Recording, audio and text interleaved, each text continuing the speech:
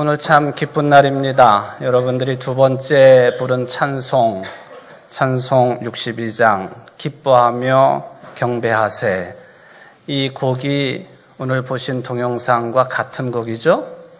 또 결혼식 때에도 이 곡을 가지고 만든 찬송을 우리가 가끔 부르기는 합니다만은 이 곡은 너무나도 유명한 베토벤이라고 하는 사람이 만든 교향곡이 여러 곡이 있는데 그 교향곡 9번 합창이라고 하는 곡의 제4악장, 그게 한 25분 정도 되는 분량인데 한 6분 30초로 저렇게 사람들이 독일의 뉴렌베르크 로렌츠 광장의 플래시몹으로, 말하자면 서로 전화로 이메일로 이렇게 약속을 하고 어느 날 몇 시에 어디에 모여서 이 곡을 연주한다 하니까 악기를 가지고 나와서 연주하고 합창하고 한 그런 장면을 보셨습니다.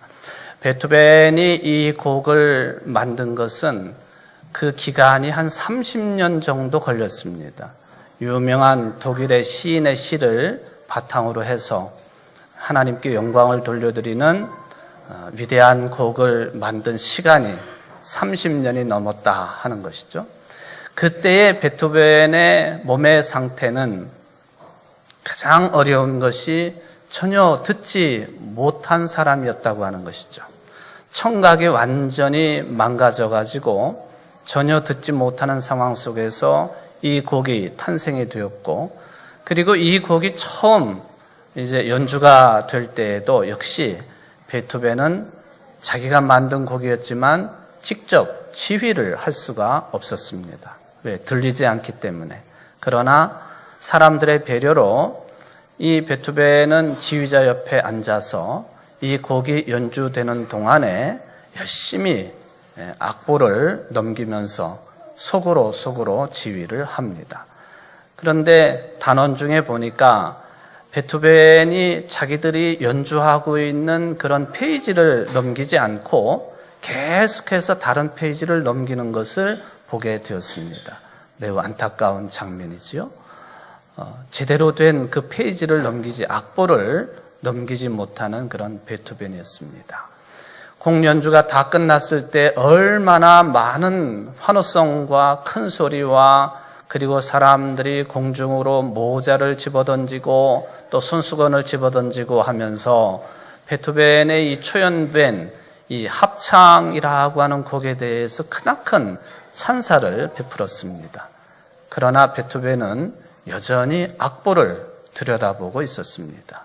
수많은 청중들이 환호성을 질러대고 또 축하하고 고맙다는 표시를 하고 해도 베토벤은 그것을 들을 수가 없었습니다.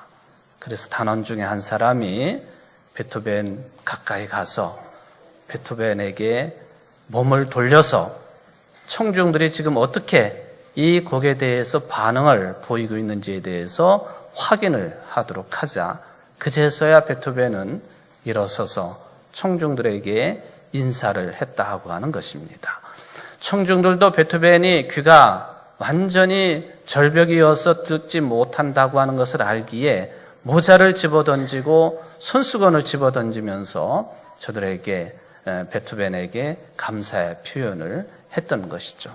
그런데 여러분, 베토벤이 그런 상황 속에서 합창이라고 하는 대곡을 만들었고, 그 중에서도 사악장 환희의 송가라고 제목이 붙어져 있는 이 곡을 만든 것을 한번 잘 생각해 보십시오. 아무것도 듣지 못하는 사람이 이 곡의 대주제는 기쁨, 환희였습니다. 그 불쌍한 사람이, 들리지 않는 사람이 기쁨에 대해서, 환희에 대해서, 프로이데, 독일어 그 가사에 보면은 이 단어가 계속 등장을 합니다. 기쁨, 환희라고 하는 단어가 되겠습니다. 마치 사도 바울이 감옥에 갇혀 있으면서도 빌립보 교인들에게 편지를 써서 보낼 때에 주 안에서 항상 기뻐하십시오. 다시 말합니다. 기뻐하십시오. 아마 그런 심정이 복음에 의해서, 그리스도에 의해서 감동, 감화된 구원과 영원한 생명과 감사와 기쁨이 가득 차 있는 사람들만이 외칠 수 있고 고백할 수 있는 그런 장면이 바로 교향곡 9번 합창 제4악장 환희의 송가에 나오고 있는 대주제다라고 하는 것을 깨닫게 됩니다. 베토벤은 아마도 자기 자신이 그런 신앙관을 가지고 있었기 때문에 기쁨과 환희에 대한 말씀을 던졌습니다마는 또한 이 가사 전체 흐름을 살펴보면은 도대체 주님에 의한 기쁨 외에 또 어떤 기쁨이 있었을까를 생각을 하게 됩니다.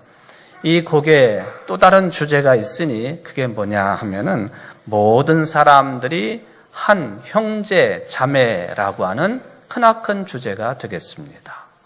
우리 같이 한번 해볼까요? 모든 사람이 한 형제 자매입니다. 기쁨과 환희, 주님께로부터 오는 기쁨과 환희와 더불어서 모든 사람들이 한 형제 자매라고 하는 기쁨이 베토벤에게는 가득 차 있었기 때문에 이런 대곡이 탄생할 수 있었다라고 하는 저 나름대로의 해석이 되겠습니다.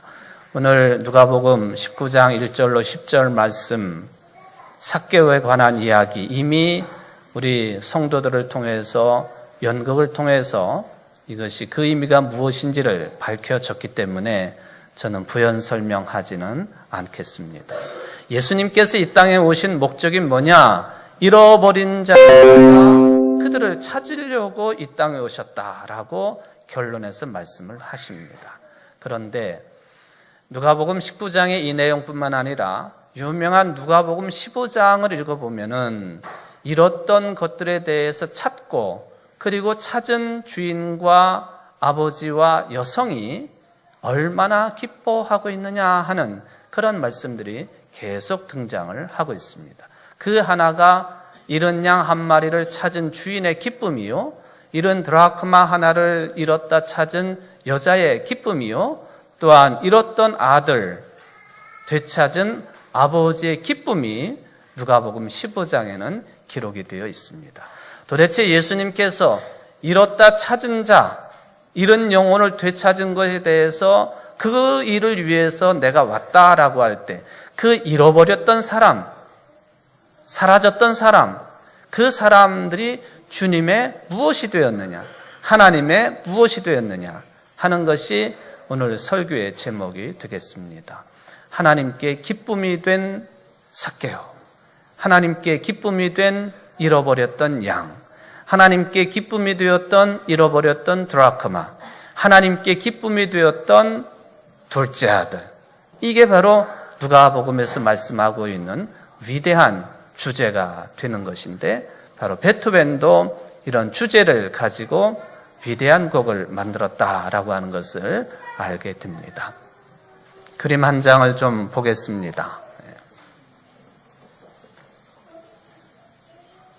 여러분들 한번 보십시오. 이게 지금부터 한 1100년 전쯤에 서양의 교회당 벽이나 또는 천정에 그려져 있는 프레스코아입니다. 프레스코아.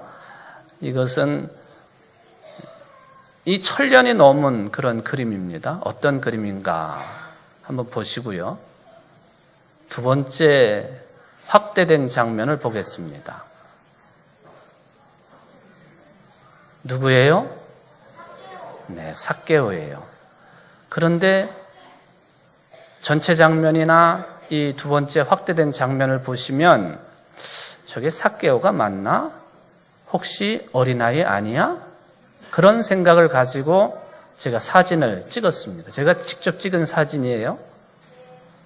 찍지 못하게 하는데도 몰래 찍었습니다. 왜? 이럴 때 써먹어야 되니까. 근데 저런 장면을 확인해가지고 찍은 사람이 아무도 없어요. 저만 찍은 거예요. 보니까 삭개오예요. 그래서 전체 그림 그리고 삭개오만 클로즈업 해가지고 찍었습니다. 그래서 제가 느끼기에 이게 어린아이 같은데, 분명히 어린아이 같은데, 그런데 확인을 했습니다. 이마를 보니까 이마에 주름살이 짜글짜글해요. 이건 분명히 삭개오가 맞구나. 전체 사진을 한번 다시 보여주십시오. 전체 사진 삭개오가 붙어있는 나무 위에를 한번 보십시오. 또 뭐가 보이나요? 뭐가 보여요? 아마 그거는 어린아이였을 것 같아요. 삭개오는 이렇게 나무에 올라가서 예수님을 바라봅니다. 예수님이 특이하게도 말 또는 나귀 위에 올라타 계시지요. 그리고 뒤에 후광이 그려져 있는 사람들은 아마도 예수님의 제자들인 것 같습니다. 또 오른쪽에 있는 사람들, 삭개오에 대해서 수군거렸던 사람들, 손가락질했던 사람들, 거리가 멀었던 사람들, 그렇게 배치가 된 것 같습니다. 저는 이 그림을 통해서나 성서의 말씀을 통해서 삭개오가 사실 물질적으로 보면은 부족함이 없었던 삭개오가 무엇 때문에 저렇게 뽕나무라고 표현되기도 하고 또 돌 무화과 나무에 올라가기까지 해서 예수님을 바라보았을까? 한마디로 그에게는 돈보다도 더 중요한 영적인 갈망이 있었다는 것입니다. 영적으로 매우 메마른 상태에 있었던 삭개오가 예수님에 대한 소식을 듣고 잃은 자를 찾아오시는 분, 여자, 어린아이, 죄인, 나 같은 세리 같은 사람들을 기꺼이 맞아들이시는 분, 그런 분에 대한 소식을 듣고 이 예수님을 만나야 되겠다고 하는 열망으로 나무에 올라갑니다. 왜 올라갔을까? 무엇 때문에 올라갔을까? 삭개오에게 필요한 것이 무엇이었을까 하는 것을 우리는 이 말씀을 읽을 때마다 또 이런 그림을 보면서 우리는 생각을 해보게 됩니다. 누가복음을 읽어보면은 이런 내용들이 많아요. 사도행전도 이방인들에게 복음이 전해지는 과정에 대한 기록이니 누가복음과 사도행전을 기록한 누가라고 하는 사람의 신앙적인 관심사가 어디에 있었는가 하는 것을 찾게 됩니다. 누가, 눅, L-U-K-E 이 말의 의미는 빛을 준다 그런 뜻입니다. 그러니까 이 사람이 가지고 있는 이름 그대로 누가는 이방인들에게 죄인들에게 그 당시에 무시를 당하고 인간 취급을 받지 못했던 어린아이들과 여성들에게 복음의 빛을 전해주기 위해서 활동했던 예수님의 한 제자였습니다. 그런데 이 사람은 유대인이 아니고 안디옥 출신 이방인이었습니다. 이 사람은 직업이 의사였습니다. 의사일 뿐만 아니라 그가 가지고 있는 달란트가 여러 가지가 있었는데 그 중에 하나가 그림을 잘 그렸다는 소식입니다. 지금도 서양의 어느 교회를 가면 누가가 직접 그렸다고 하는 그림이 교회당에 아주 잘 보존이 되어 있는 모습을 찾게 됩니다. 화가요 뿐만 아니라 글을 매우 잘 쓰는 사람이었습니다. 의사요, 화가요, 글 쓰는 사람인 누가가 자신에게 주어진 달란트를 잘 발휘하여서 복음서를 쓰고 또한 사도행전을 기록을 하는데 초점은 잃어버린 자들이었습니다. 잃어버린 자들이 돌아오는 것을 하나님이 기뻐하시고 주님께서 기뻐하시고 성령님께서 기뻐하시고 교회 공동체가 기뻐한다라고 하는 것이 누가가 기록한 복음과 행전의 주제가 되겠습니다. 오늘 우리 교회는 생명사랑 114 전도 대잔치 1차 초청주일을 맞이해서 어린이들부터 어른까지 또 감사하게는 네팔 공동체 친구들까지 함께 모여서 예배를 드리고 있습니다. 우리들에게 이 복음의 결실이 얼마나 되고 몇 사람이나 되느냐 이것도 중요한 관심사이겠습니다만은 우리 교회가 주님의 몸된 공동체가 정말로 하나님이 기뻐하시는 일, 주님께서 환희의 송가로 우리에게 불러주실 만한 일, 잃어버린 영혼을 찾는 일, 여기에 관심을 기울이고 사랑을 베풀고 기도하고 정성을 표하고 오랜 시간 동안 준비하고 그 자체가 하나님의 기쁨이 되는 줄 믿습니다. 저는 우리 교회의 이러한 하나님이 기쁨이 되는 삭개오처럼 하나님의 기쁨과 환희의 대상이 되는 데에 주님 오시는 그날까지 최선을 다 기울이고 기도하는 신앙 공동체 되기를 주의 이름으로 축원을 드립니다. 기도하십시다. 고마우신 하나님 아버지, 참으로 감사를 드립니다. 오늘 복된 주일을 맞이하여 하나님 앞에 예배를 통하여 영광을 돌리게 하시고 오늘 주신 말씀에 따라 삭개오라고 하는 잃어버린 자가 주님 품으로 돌아옴으로 말미암아 주님의 기쁨의 대상이 되고 하나님 앞에 영광을 돌려드리는 귀한 자가 되었다고 하는 귀한 복음의 말씀을 들었습니다. 주님, 우리 교회가 이런 일에 깊은 관심을 갖고 영혼의 마름 속에서 애타하고 또한 주님 만나기를 원하는 모든 세상 사람들에게 복음을 전하고 하나님의 말씀을 전함으로 우리에게 맡겨진 본래적인 본분을 다하기에 부족함이 없는 주님의 몸된 교회 공동체인 청주제일교회 그리고 모든 성도들이 될 수 있도록 은혜를 베풀어 주옵소서. 오늘 함께 모여 기쁨을 나누며 하나님 앞에 영광을 돌려드린 모든 성도들에게 주여 함께하여 주옵소서. 예수님의 이름으로 간절히 기도하옵나이다. 아멘.